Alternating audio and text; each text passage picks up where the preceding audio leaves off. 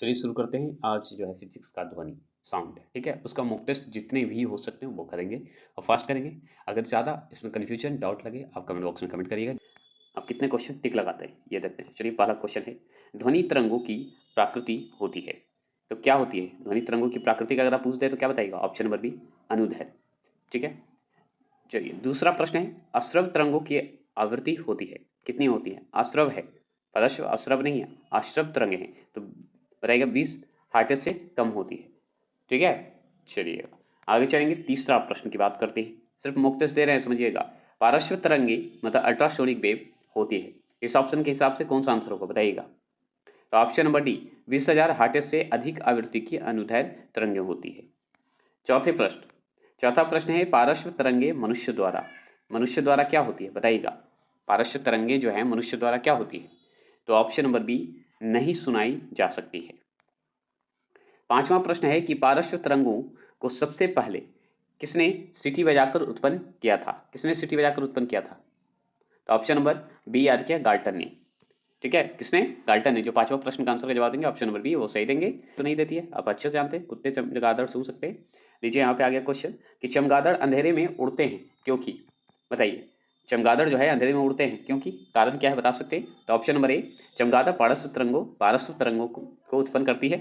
चलिएगा सातवां प्रश्न है कि कीड़ों तथा हानि पहुंचाने वाले तत्वों को घरों से दूर भगाने के लिए प्रयोग में लाया जाता है। कौन सा तरंग जो है लाया जाता है जो कि कीड़े मकोड़ों को हमको भगाना है, कोई भी जो हानि पहुंचाने वाले जो तत्व होते हैं उसे भगाना है, तो कौन से तरंग के इस्तेमाल करेंगे हम बताइएगा? तो ऑप्शन नंबर ए, अल्ट्रासोनिक तरंग की बात करेंगे। अल्ट्रासोनिक तरंगे लाएंगे अनुदैर्ध्य, अल्ट्रासोनिक को ही अनुदैर्ध्य तरंग कहते हैं। चलिएगा आठवां प्रश्न है कि ध्वनि तरंगे नहीं चल सकती, तो बताइएगा ध्वनि तरंगे नहीं चल सकती है। आठवां प्रश्न का ऑप्शन नंबर डी, निर्वात में नहीं चल सकती है। नौवां प्रश्न है, विमानों के आंतरिक भागों की सफाई में किसका उपयोग किया जाता है? किसका उपयोग किया जाता है बताइएगा? नौवां प्रश्न का जवाब देंगे तो हम देंगे ऑप्शन नंबर ए, पारस्व तरंगों का इस्तेमाल किया जाता है। ठीक है, किसमें? पारस्व तरंगों का इस्तेमाल किया जाता है। चलिए आगे चलेंगे, 10वां प्रश्न है, श्रव परिसर में ध्वनि तरंगों की आवृत्ति होती है। ध्वनि तरंगों की बताइएगा, श्रव परिसर में पूछ रहा है, बताएंगे। 10वां प्रश्न का जवाब देंगे ऑप्शन नंबर ए, 20 हार्टेज से लेकर 20,000 हार्टेज तक होगा। सॉरी, 20 हार्टेज से लेकर 20,000 हार्टेज होगा। प्रश्न का है कि तरंग का वेग, आवृत्ति तथा तरंग दैर्ध्य के संबंध दिए जाते हैं, तो इस ऑप्शन के हिसाब से क्या आंसर होना चाहिए? तो ऑप्शन नंबर ए होगा वो सही लगाएंगे, मतलब तरंग का वेग बराबर आवृत्ति गुने क्या होता है? तरंग दैर्ध्य। ठीक है, तो ऑप्शन नंबर ए लगाएंगे वो सही लगाएंगे 11 का। चलिएगा 12वां प्रश्न की बात करते हैं। 12वां प्रश्न है, ध्वनि की चाल अधिकतम होती है, तो ध्वनि की चाल अधिकतम किसमें होती है? तो ऑप्शन नंबर डी, इस्पात में होती है। चलिएगा 13वां प्रश्न की बात करते हैं, तो 3 ऑप्शन नीचे दिखा देंगे, आगे पढ़ लीजिए। बादलों की बिजली की चमक के काफी समय बाद बादलों की गर्जन सुनाई देती है, इसका कारण क्या है बताइएगा? चलिए ऑप्शन दिखा देते हैं 13वां प्रश्न का। मतलब सोचिए, बिजली चमकता है, पहले चमक जाता है और बादल गरजता बाद में, तो कैसे, क्या कारण है? 13वां प्रश्न का ऑप्शन आपके सामने है। तो देखिए ये 13वां का आंसर का डी होगा, प्रकाश की चाल ध्वनि की चाल से बहुत अधिक है। समझ गए? क्लियर। 14 प्रश्न की बात करें तो वायु में ध्वनि का वेग होता है, तो वायु में मतलब हवा में ध्वनि का वेग होता है तो कितना होता है, कितने मीटर सेकंड में होते हैं बताइएगा? 14 प्रश्न का आंसर का जवाब देंगे option number A, 332 me second होते हैं। आगे चलेंगे, आगे सवाल है 15वां प्रश्न का जवाब देंगे। 15वां प्रश्न है कि ध्वनि के वेग का मान सबसे कम होता है, तो ध्वनि के वेग का मान जो है सबसे कम होता है, कहाँ होता है बताइएगा? तो ऑप्शन नंबर सी, गैसों में होते हैं। 16वां प्रश्न की बात करें, वायु में ध्वनि का वेग बताइए क्या होगा? वायु में ध्वनि का वेग क्या होगा? तो ऑप्शन नंबर डी, तापमान के घटने से घटता है। 17वां प्रश्न की बात करते हैं, पराध्वनिक विमान उड़ते हैं, तो पराध्वनिक विमान उड़ते हैं, बताइएगा इसका आंसर का जवाब दीजिएगा? तो ऑप्शन नंबर सी, ध्वनि की चाल से अधिक होती है। 18वां प्रश्न है कि वस्तु के वेग, ठीक है ध्यान से सुनिएगा, वस्तु के वेग तथा उसी माध्यम में एवं उन्हीं परिस्थितियों में ध्वनि के वेग के अनुपात को कहते हैं, क्या कहते हैं बताइए? 18वां प्रश्न का जवाब देंगे ऑप्शन नंबर डी, मैक संख्या कहते हैं। 19वां प्रश्न क्या है, मैक अंकों का प्रयोग वेग के संबंध में किया जाता है, बताइएगा? मतलब मैक अंकों का प्रयोग जो है वेग के संबंध में किया जाता है, तो क्या होगा आंसर का जवाब? ऑप्शन नंबर सी, वायुयान के होंगे। ठीक है। 20वां प्रश्न है, डेसिबल। डेसिबल है क्या है? डेसिबल बताइए। तो डेसिबल क्या है? तो ऑप्शन नंबर सी, ध्वनि स्तर के मापने का इकाई है डेसिबल।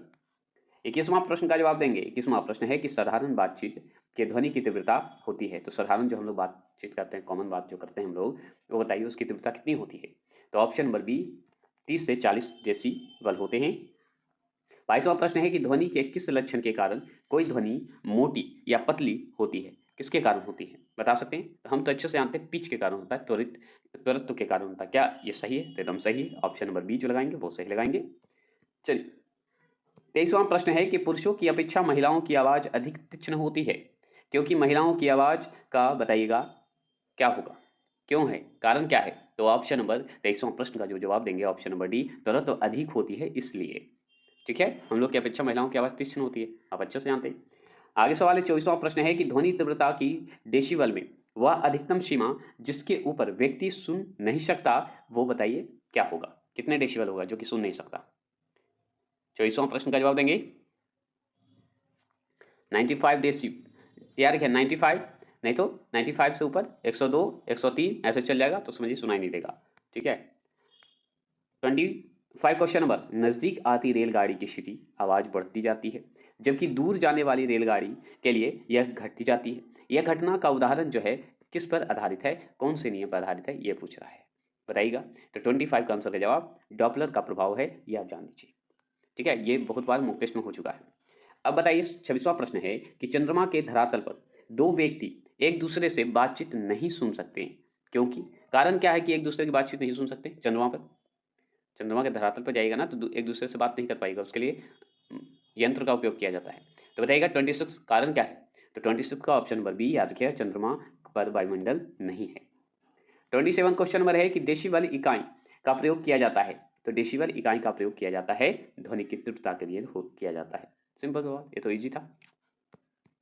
चलिएगा 28 क्वेश्चन नंबर है प्रतिध्वनि का कारण है। अगर इस मॉक टेस्ट को आप दे देते हैं और नंबर अच्छा आता है, मतलब 40 में से अगर 35 नंबर भी आता है तो आपका समझिए साइंस की तैयारी बेस्ट है, ये जान लीजिए। आप अगर इसे हलवा कहते हैं तो समझिए आपकी तैयारी बेस्ट है। 28वां प्रश्न है प्रतिध्वनि का कारण है, क्या कारण है बताइएगा। 28वां प्रश्न का जवाब देंगे, ऑप्शन नंबर बताएंगे क्या होगा। ऑप्शन नंबर ए ध्वनि का प्रवर्तन ही प्रतिध्वनि का कारण है। 29 क्वेश्चन नंबर है 29 क्वेश्चन नंबर है कि अस्पष्ट प्रतिध्वनि सुनने के लिए प्रवर्तक तल व ध्वनि स्रोत के बीच न्यूनतम दूरी होनी चाहिए। तल और ध्वनि स्रोत के बीच कितनी होनी चाहिए बताइएगा। 29 का आंसर का जवाब देंगे ऑप्शन नंबर डी 16.5 मीटर से लेके, याद रखिए 16.5 मीटर हो या 17 मीटर होनी चाहिए, याद रखिए। तो 16 से 17 मीटर जो है होनी चाहिए न्यूनतम दूरी। 30वां प्रश्न है कि रडार की कार्य प्रणाली निम्न सिद्धांत पर आधारित होती है। तो निम्न सिद्धांत पर आधारित होती है बताइएगा। तो 30वां प्रश्न का जवाब देंगे ऑप्शन नंबर बी रेडियो तरंगों का प्रवर्तन। एकदम समझिए मॉक टेस्ट दे रहे हैं, एकदम लाइव दे रहे हैं, मैं कमेंट बॉक्स पे बैठा हुआ हूँ, आप जान लीजिए। किसी प्रतिध्वनि को सुनने के लिए मूल आवाज और प्रतिध्वनि के बीच का समय अंतराल क्या होना चाहिए बताइएगा, क्या होना चाहिए। 30वां प्रश्न का जवाब देंगे तो ऑप्शन नंबर ए 1/10 सेकंड के बराबर होना चाहिए। 32 क्वेश्चन नंबर, ध्वनि का प्रभाव मानव के कान में कितने समय तक रहता है, कितने समय तक रहता है। तो ऑप्शन नंबर बी 1/10 सेकंड तक रहता है। ठीक है, चलिएगा 33वां प्रश्न, ध्वनि तरंगें किसके कारण प्रतिध्वनि उत्पन्न करते हैं बताइएगा। ऑप्शन नंबर सी परावर्तन के कारण। 34 क्वेश्चन नंबर, एक व्यक्ति को अपनी प्रतिध्वनि सुनने के लिए परावर्तक तल से कितनी दूरी जो है दूर या कितनी दूरी पर खड़ा रहना चाहिए या कितना दूर खड़ा रहना चाहिए, यही पूछ रहा है बताइएगा। 34 का क्वेश्चन नंबर का जवाब देंगे तो हम बताएंगे ऑप्शन नंबर बी 56 फीट रहना चाहिए। चलिए आगे चलेंगे। 35 क्वेश्चन नंबर है कि स्टेथोस्कोप ध्वनि के किस सिद्धांत पर कार्य करता है बताइएगा। जो हम लोग ब्लड प्रेशर नापने के लिए करते हैं ना, बताइएगा। 35 क्वेश्चन नंबर का बताइएगा। 35 क्वेश्चन नंबर का ऑप्शन नंबर ए परावर्तन पर काम करता है। 36 क्वेश्चन नंबर, सोनार अधिकांशतः प्रयोग में लाया जाता है। तो ऑप्शन नंबर डी नौ संचालकों द्वारा किया जाता है। 37 है अनुरण काल तथा हॉल के आयतन के बीच संबंध का प्रतिपादन किया है। तो किस सिद्धांत पर काम करता है। तो ऑप्शन नंबर डी ला प्लास ने किया है।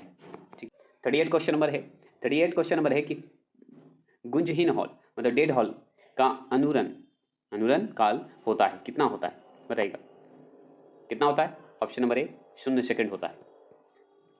39, जब सेना पुल को पार करती है तो सैनिकों को कदम से कदम मिलाकर न चलने का निर्देश दिया जाता है, क्योंकि कारण क्या है।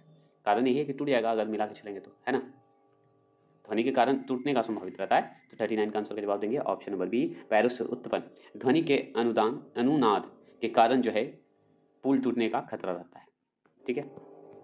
40 क्वेश्चन है कि हम रेडियो की घुंडी घुमाकर विभिन्न स्टेशनों के कार्यक्रम सुनते हैं, यह संभव कैसे है, बता सकते हैं? तो ये है ऑप्शन नंबर ए, अनुनाद के कारण होता है।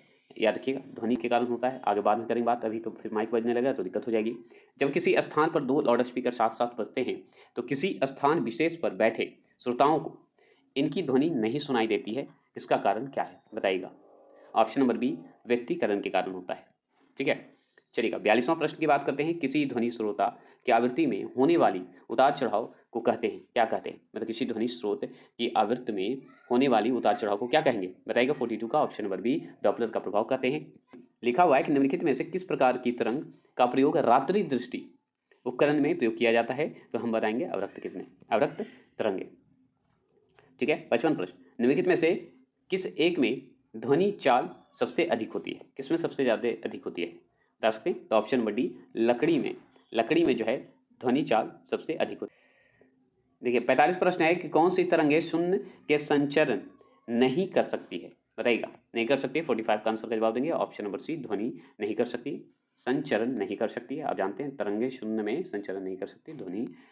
46 प्रश्न है, इको साउंडिंग प्रयोग होता है, इको साउंडिंग प्रयोग होता है, बताइएगा कहाँ? तो ऑप्शन नंबर सी, याद रखिए, समुद्र की गहराई को मापने के लिए किया जाता है। 47 क्वेश्चन नंबर है, 47 है एकॉस्टिक विज्ञान है। कौष्टिक विज्ञान जो है क्या होगा? तो ऑप्शन नंबर बी, ध्वनि से संबंधित है। चलिए आज के लिए इतना ही रखते हैं और नेक्स्ट आ रहा है वीडियो गवर्नर जनरल एनसीईआरटी का, जो कि देखना इंपॉर्टेंट है। आप देखिएगा, रात तक अपलोड हो जाएगा। और दूसरी बात कि आपका वन लाइनर रेलवे का सेकंड पार्ट भी आ रहा है जल्द। जय हिंद, जय भारत।